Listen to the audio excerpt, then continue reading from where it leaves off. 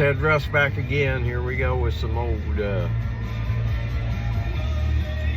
really sure now who this was. This is it's Friday, I'm in love. I don't even know what year that'd be.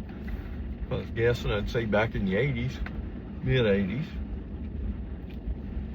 Early 80s even. Anyways, today we're going to get ready to torch up a little what I got left here, and then we'll have to run down and get some more of these pre-rolls here before we get done with the day here. So today we're going to talk about some terms that get thrown around, you know, in a big swirl of, you know, emotion, and it's not, you know, it's done for a reason and it's not correct. I'm going to tell you what it is. It's the difference between political systems and economic systems. Okay? Difference.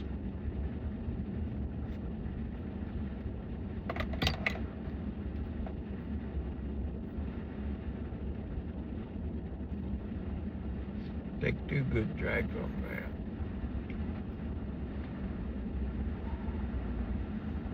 There you go. Okay, here's the deal about this.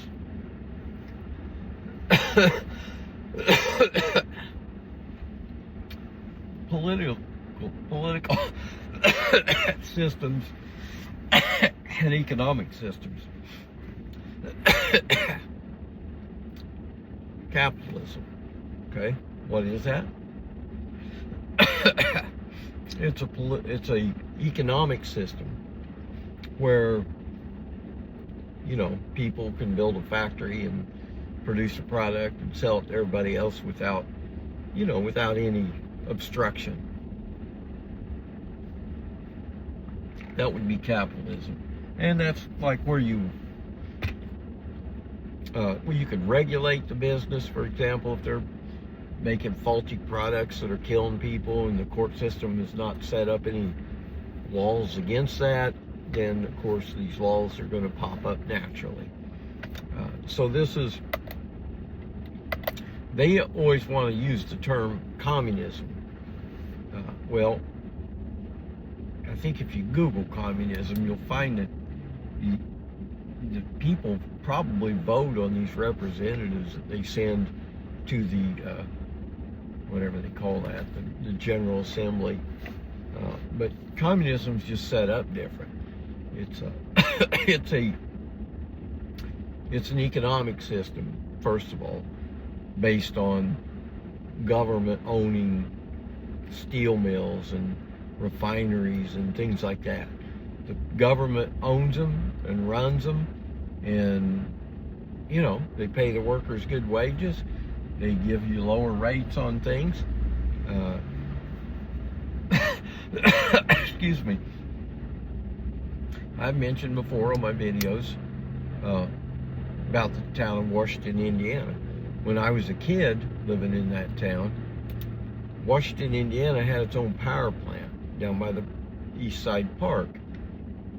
They owned all the power lines in the town and all the meters on the houses. And they did all the administration for it. You know, they'd go read the meters, they'd send the guy a bill, the guy would pay his bill, the money went in. The workers were paid very well, and the rates were pretty low. Now, some people might be saying, well, how can you do that? That's not true, that you can't do that. Well, look, if Duke Energy's running the power plant, that thing better be making them a lot of money, or they're going to get rid of it eventually. If there's that much profit involved in power generation and distribution, that these big guys, Centerpoint and Duke and all, they want to grab all that stuff up and monopolize it, there's got to be a lot of money involved. So I believe we could produce our own electric cheaper than these guys can and pay our workers better than these guys do. They're union workers, but my God, they haven't had raises, hardly any raises since I was in there in the IBEW. Yeah. So anyways, what we're talking about, political systems, they get thrown around like, I think communists, I don't know this for sure. I haven't took the time to investigate, because my show's a show about opinion. And my opinion is we throw these terms around. We always call capitalist democracy like a democracy, or they use democracy when used in such a way that it actually, it gives you the impression that capitalism is always naturally a part of a good democracy. It is maybe when it starts. But here's the thing about everything. When we talk about capitalism, we're really talking about opening up for the first time in history wealth creation by pretty much peasants. I mean, a guy like Carnegie came to America, I think he had a second-grade education. And 1870, he had already monopolized the entire steel industry. Well, it's one of those things. I'm going to tell you a little joke I heard one time out there in the Amish community in Davis County. Okay, this one, it was at a meeting, and this big businessman, Amish businessman, most successful one in, well, probably Indiana, probably in the entire country. I mean, this guy's worth about $350 million. Great businessman.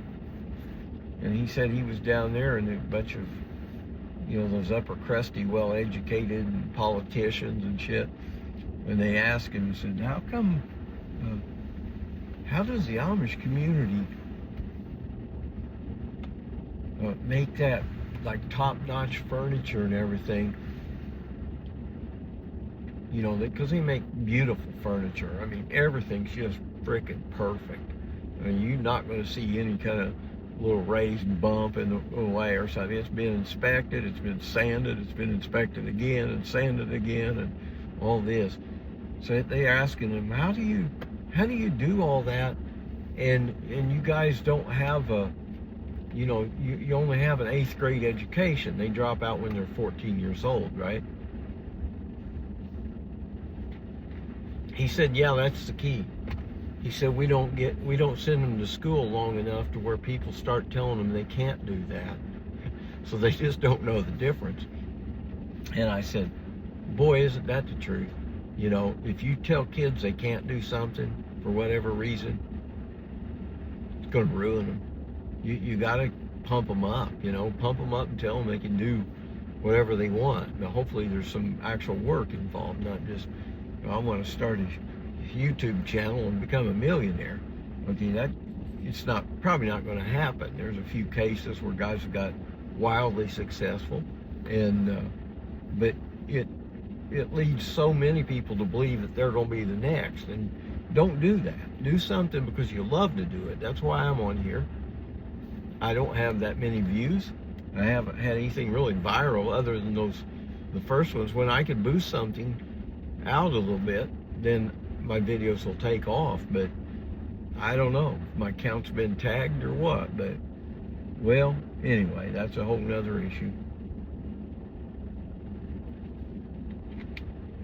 So, communism, as we said, it's being thrown around like it's anti-democracy. But it's actually the people coming together as one and saying, let's talk this over. That's why they got so many representatives there. They got a leader, President Xi, and then they got this big cabinet full of representatives.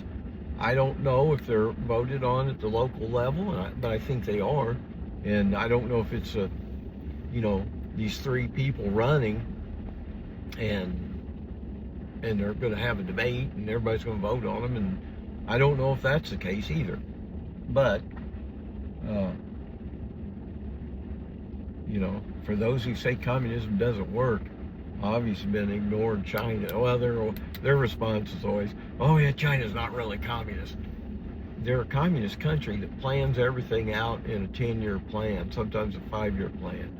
They plan out humongous projects They went from no highway system at all to more freeways and, you know, interstate type highways that we have. They got more miles than us now for only 40 years. They had almost no train tracks. Now they got way more high-speed rail than us, you know, 40 years. Okay, that's not evidence that it's not communist. If a country is building infrastructure and, you know, buildings and rail and roads, you better believe that is a government that is for the people, right? It's when they're not building roads, your roads are crumbling and your bridges are falling down, that's when you know you've got corruption coming in. Not that corruption can't hit communism, but it's a lot less likely to. I mean, when if you're the manager of a steel mill and, you know, you're told to produce like, you know, 800 beams per week of these I-beams and blah, blah, blah, and you do it. I mean, even if you produce a few more than that, what are you going to do with them? You know, you're not going to just take them out to the I-beam black market because nobody's doing construction except the government. So it's like things become less corruptible when everything's just in materials. For example, I'll tell you another one I said before. We will see a time where companies will pay people vouchers for things rather than cash. And the difference is you can advertise, the wage doesn't have to fluctuate much or need to rise. You just know if you go over and work in this factory, you need to work 1 week. We'll pay for your residence, like a decent quality 1-bedroom apartment or maybe a 1-bedroom house or something like that. 1 week a month. If you work 2 weeks a month, and that pays for all your utilities too. Work 2 weeks a month, that gives you a huge, basically free food in the cafeterias, and, you know, so every, you know, factory can have a cafeteria in there that feeds the workers. And same with childcare. You take your child to work with you, then there's a place for your child to hang out. During your breaks, you can run down there and say hi to your kid. Wouldn't that be a cool system? Yeah, well, you're not going to get there on the current system we're running. Is not going to take you there, okay? We the people will have to use democracy to get a system that's better. We don't want to call it communism. We don't want to call it capitalism. We just, you know, let's just design something that works. If it's a co-op for power plants, you know, if a little town wants to have their own power plant, I encourage that.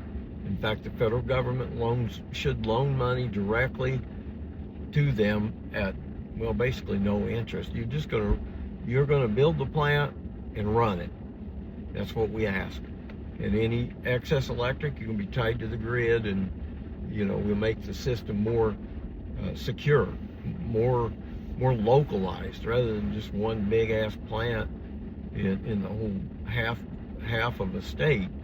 You know, this will be more like hundreds of plants around, using the newest technology, so we can burn coal clean or gasify it. We'll use some natural gas. We use plenty of solar and wind and water. And yeah, we can get there together if everybody will get straight in their minds. Don't listen to all this propaganda about, you know, because communists are coming. That's what Trump says. And yeah, there's certainly going to be a change in America, and it's certainly going to swing farther left probably than we ever have. But, you know, it'll be our own version of whatever we make of it. The only thing I say is I'm all for the people, because if somebody's going to screw up our government, I think it should be us people, us ordinary folks. Because there'll always be somebody smart enough. Well, there should be. There should be always somebody smart enough to stand up and say what's right. And if our districts were smaller and whatnot, we might have better government. Once we get that better government, yeah, we're going to enjoy it, and we're never going to turn loose of it.